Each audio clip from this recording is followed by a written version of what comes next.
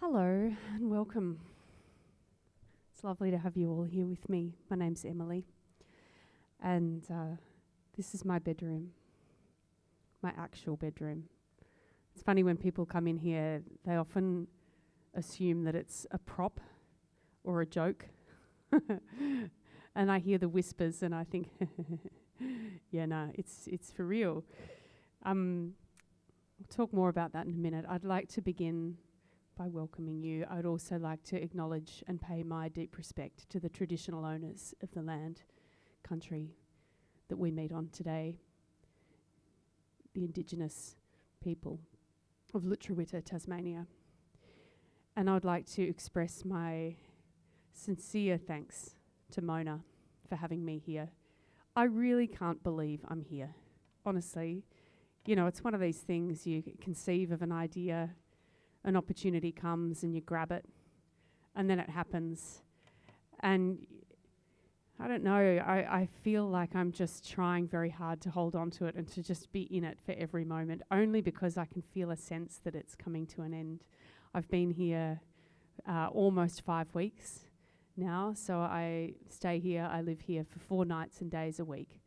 And that's happening for a 6-week period. So the 4 days next weekend, Friday, Saturday, Sunday, Monday, they'll be my last days.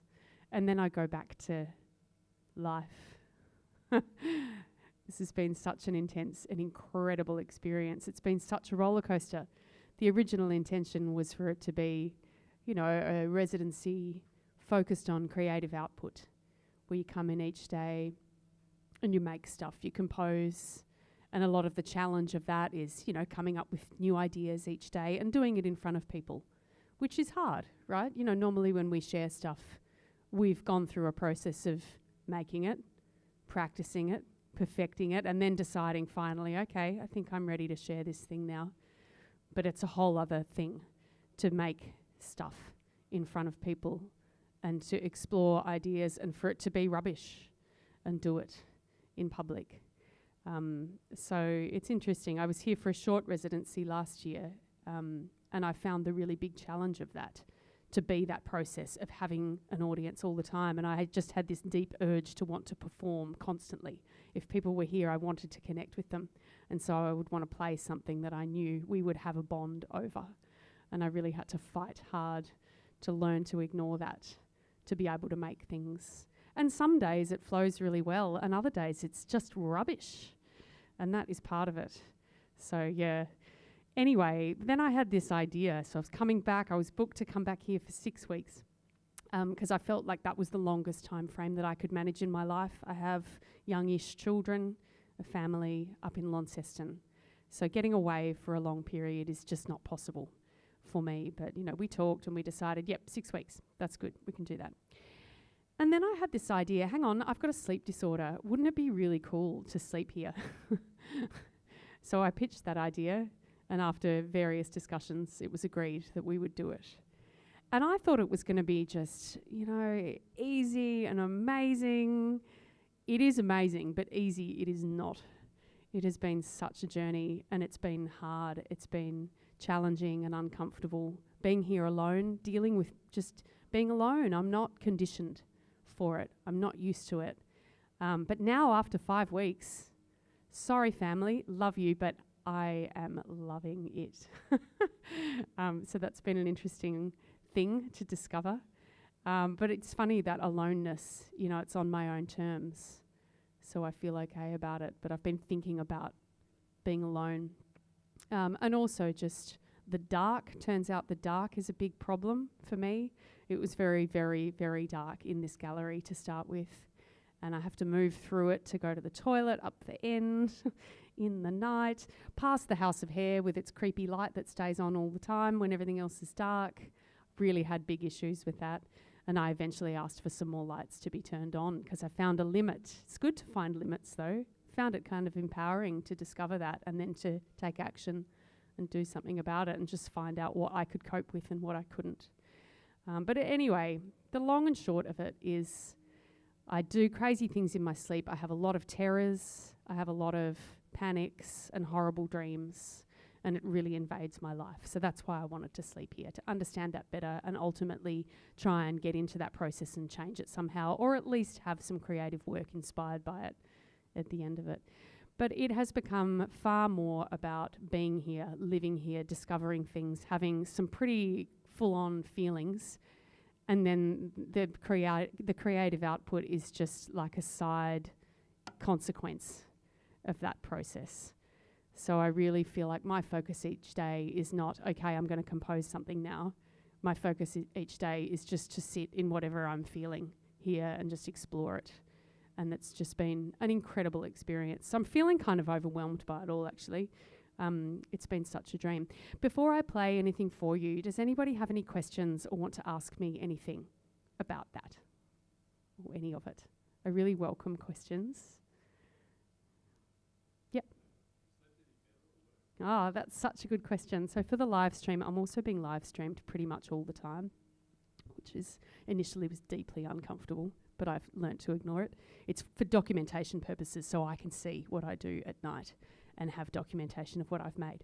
But there's the side thing of it being like a weird voyeuristic thing.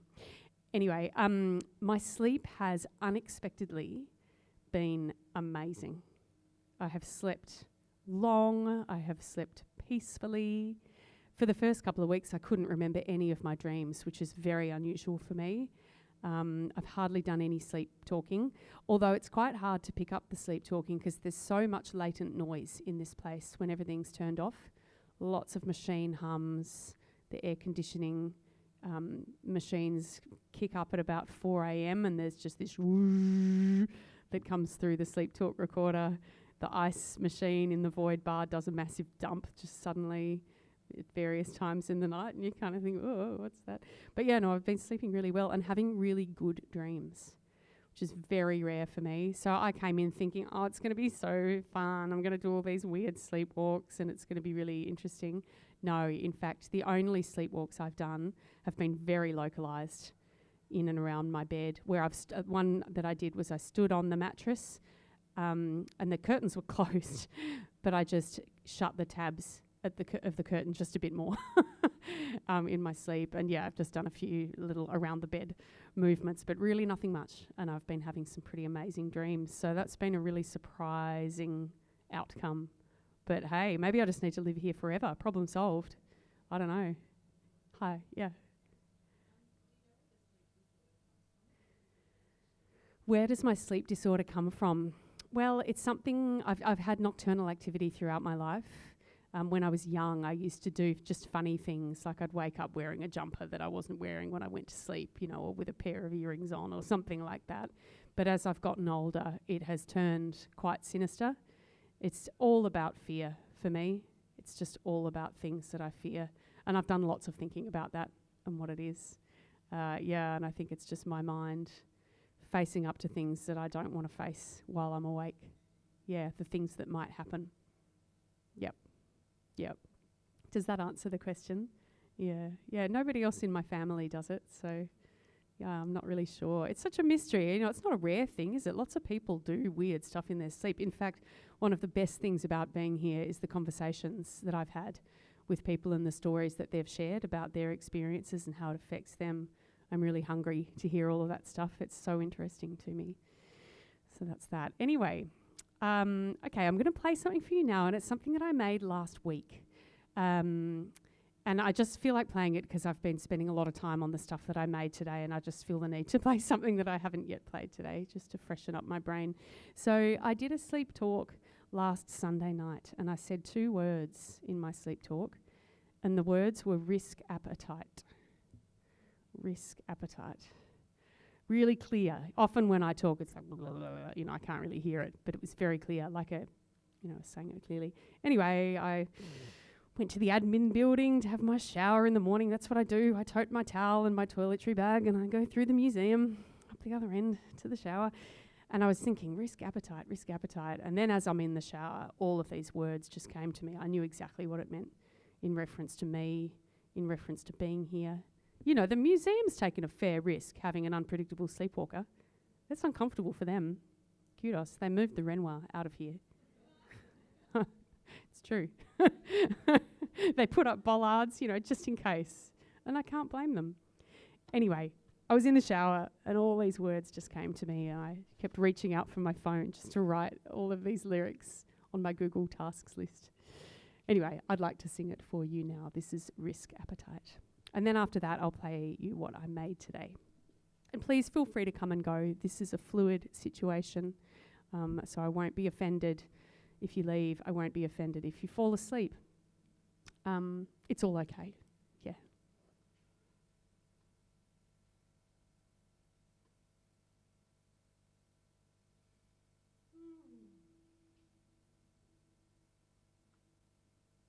Actually, maybe I made this 2 weeks ago, not 1 week ago. The days are all just blending together. It all feels the same down here.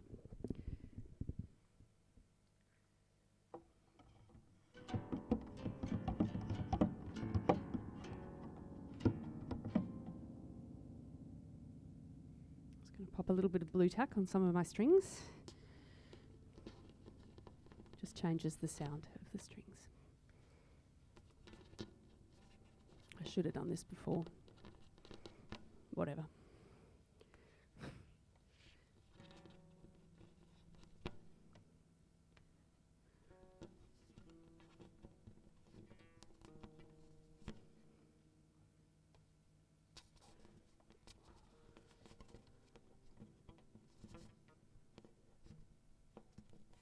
I've had such a nice day today. Some days are really good, other days are tough. Today was a good one. I've enjoyed it.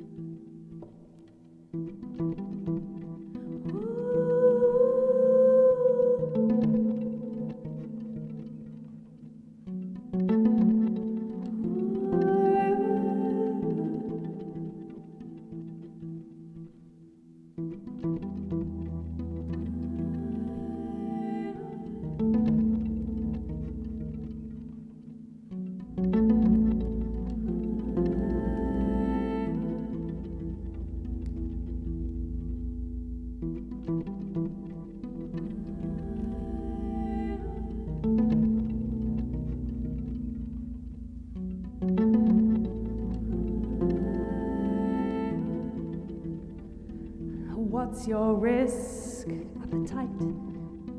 Are you gonna let them see you fight? Let them see you're not alright. What's your risk appetite?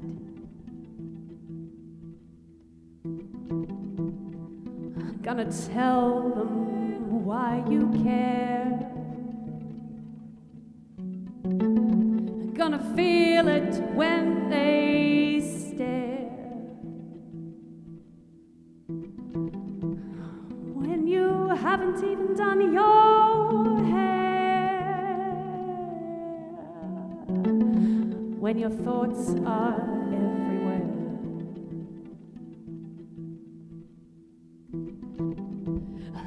them see when you're afraid. Let them hear mistakes you make. When your confidence has caved, when your mind becomes deranged, gonna let yourself be real.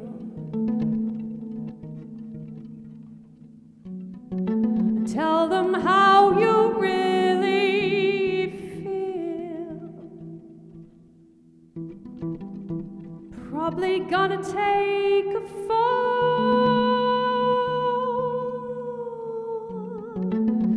Gonna have to risk it all.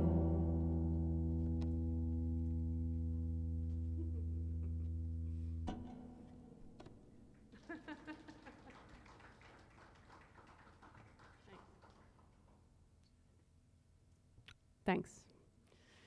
That was risk appetite. I think that may be my favourite thing that I've done here so far in this residency. I felt good about it. It's funny, I was talking with a good mate of mine this morning and reflecting on my creative rut that I had yesterday, and, you know, talking about how sometimes it just flows so well and a thing will just appear out of nowhere and it's amazing and you love it. And he said, no, it didn't appear out of nowhere. It's all the stuff that's come before that's enabled you to make that thing in that moment. And I thought, oh yeah, well that's true, isn't it? So it might seem quick, but actually it's just a culmination of things. Okay, all right, I'm going to make the thing,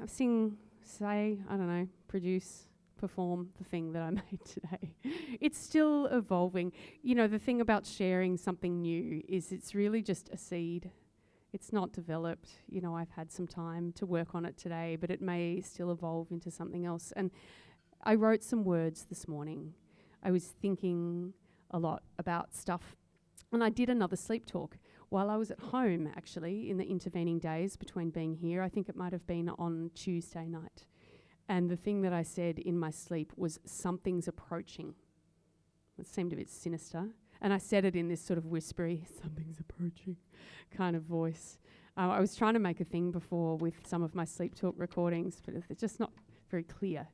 But anyway, I definitely said something's approaching. And I thought about that. And, you know, with all the thinking that I've done about my dreams and the fear and all that stuff, basically at the end of the day, it's just a fear of what might happen in my life. Because let's face it, things are pretty comfortable right now for me. Things are good. I cannot complain. And I worry and I fear that that will be taken away. And so that's what happens in my dreams. Stuff gets taken away and it feels bad. So I was thinking about that and thinking about those words, something approaches, and just, toying with it in my mind. And yet again, in the shower, I wrote some words. Turns out that's a creative time. Who knew? Yeah. The other thing that I've really noticed is how important it is to allow some silence. You know, it's tempting, especially when I'm alone, to have a podcast playing or to have music playing at times, but I'm really consciously not doing that so that my mind has got space to think, because I do feel like, for me, I wouldn't be thinking or coming up with these things if I just filled the space with sound all the time. But anyway, it's personal, isn't it? All right, let me just reacquaint myself with this thing that I'm about to do for you, and we'll go from there.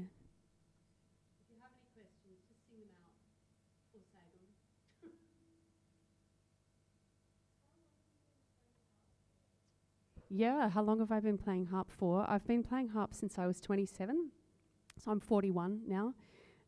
So I came to it as an adult. I'd played other musical instruments in my life. I played violin from a young age and piano and studied music theory, which I'm really grateful for, although I can't believe my parents continued to pay for lessons because I never practiced. I used to have a real anxiety about practicing and playing in front of people. In fact, I used to write little messages on things that I wasn't supposed to write on when I was young, and I found when my parents were moving a few years ago, like a little toy suitcase, and I'd written in texter inside it, "I hate playing for visitors." It's funny though that now I love playing for visitors. What happened? don't know. Anyway, I heard a harp when I was about 14 and loved it, and eventually learnt as an adult. Had another career. I'm an occupational therapist, that's my background. But yeah, I signed up for an adult learning course to play the cardboard harp, which is this little purple framed thing just down there. So that was my first harp. So yeah, it's a fun instrument. Can recommend. Logistically challenging, fun to play. Yeah. Cost is definitely a factor. Yeah. I'm very lucky to have this harp. Okay, thank you for that question.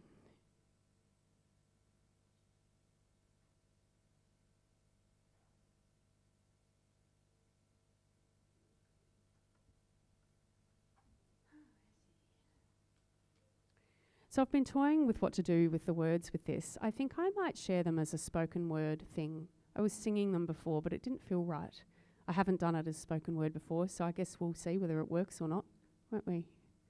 But I'll make a bit of a sound bed to go under it first.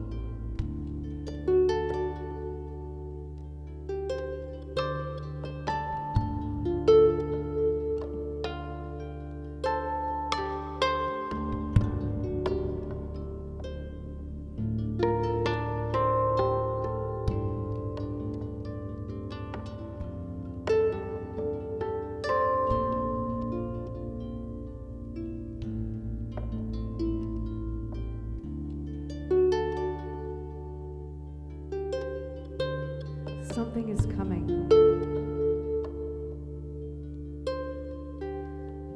It is a mystery. My mind, the world, I don't understand it. I don't understand it. Something approaches. It's not known to me, and I cannot see if it's good or bad.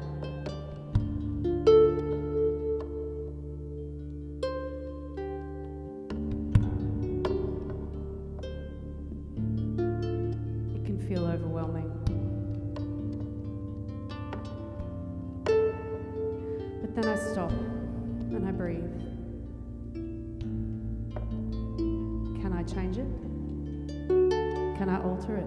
Can I decide? Is it in my control? No. I look around. There's so much beauty here all around us. And when I feel lost, I open my eyes.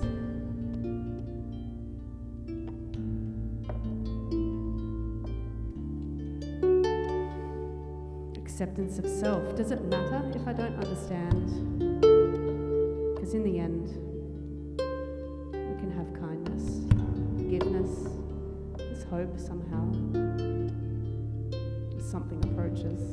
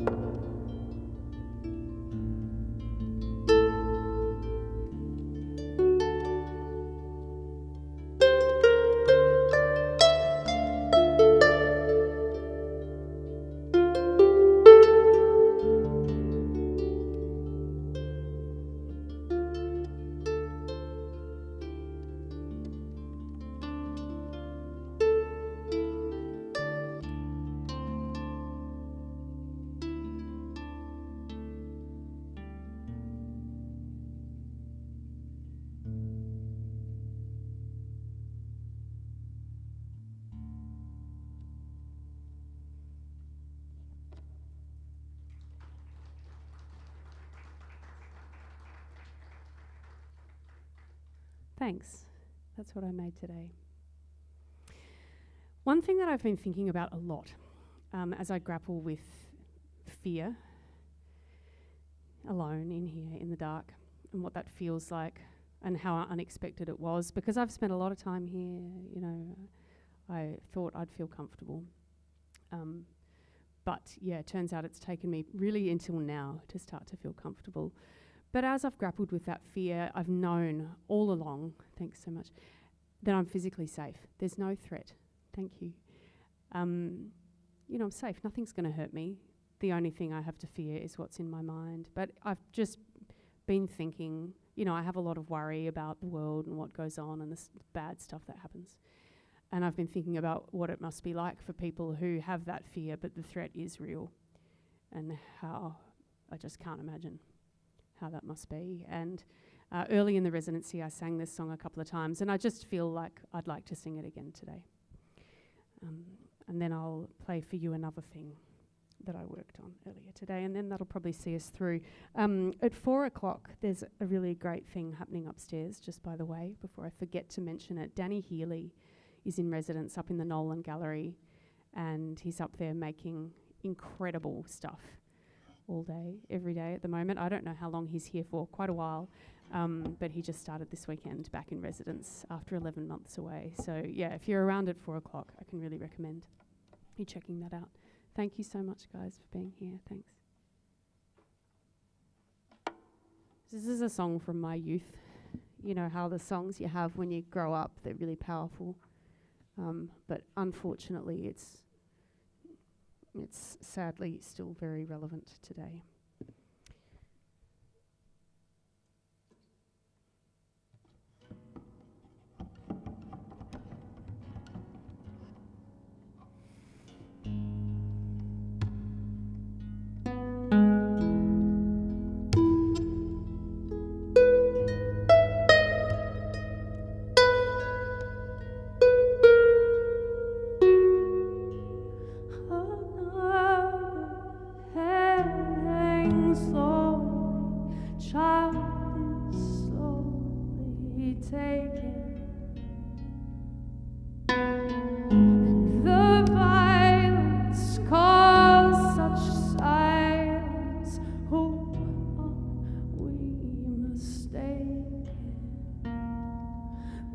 You see, it's not me, it's not my family.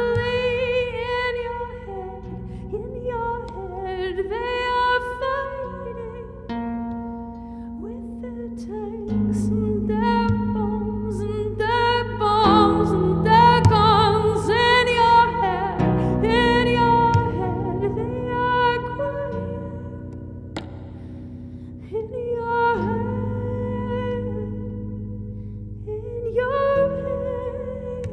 It's zombie, zombie, zombie,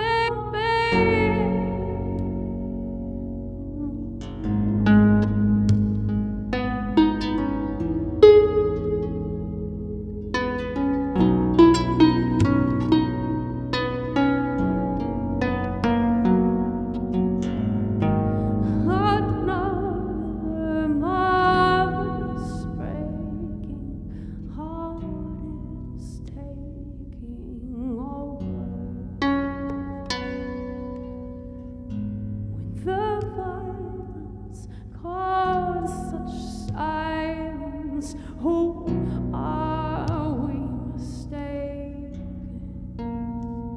It's the same old theme since 1916. In your head, they're still fighting with their tanks, their bombs, their guns, and their bombs. In your head, in your head, they are dying. In your head, in your head, zombie, zombie, zombie. Ooh, ooh,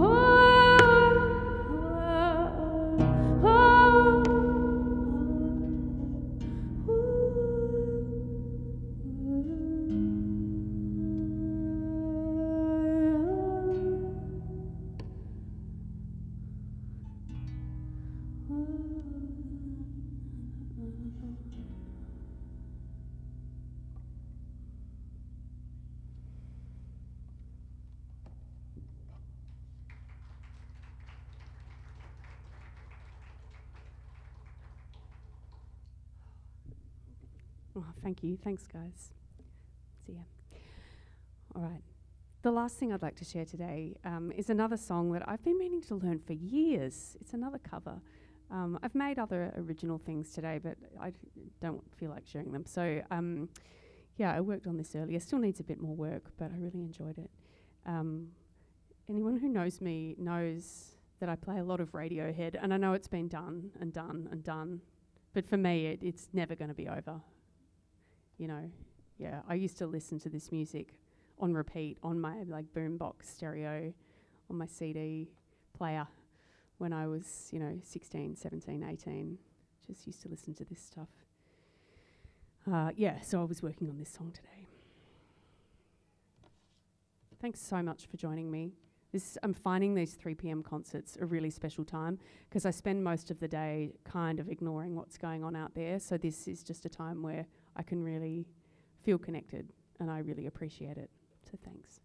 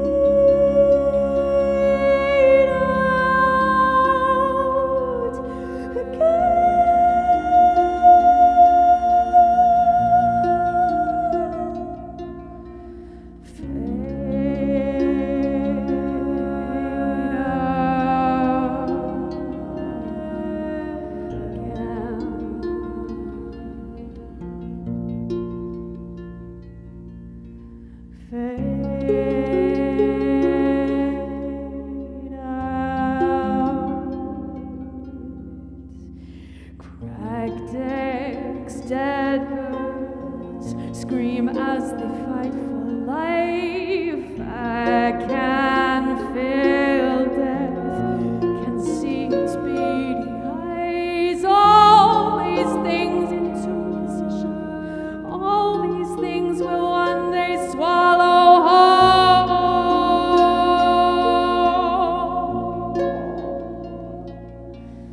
and fade.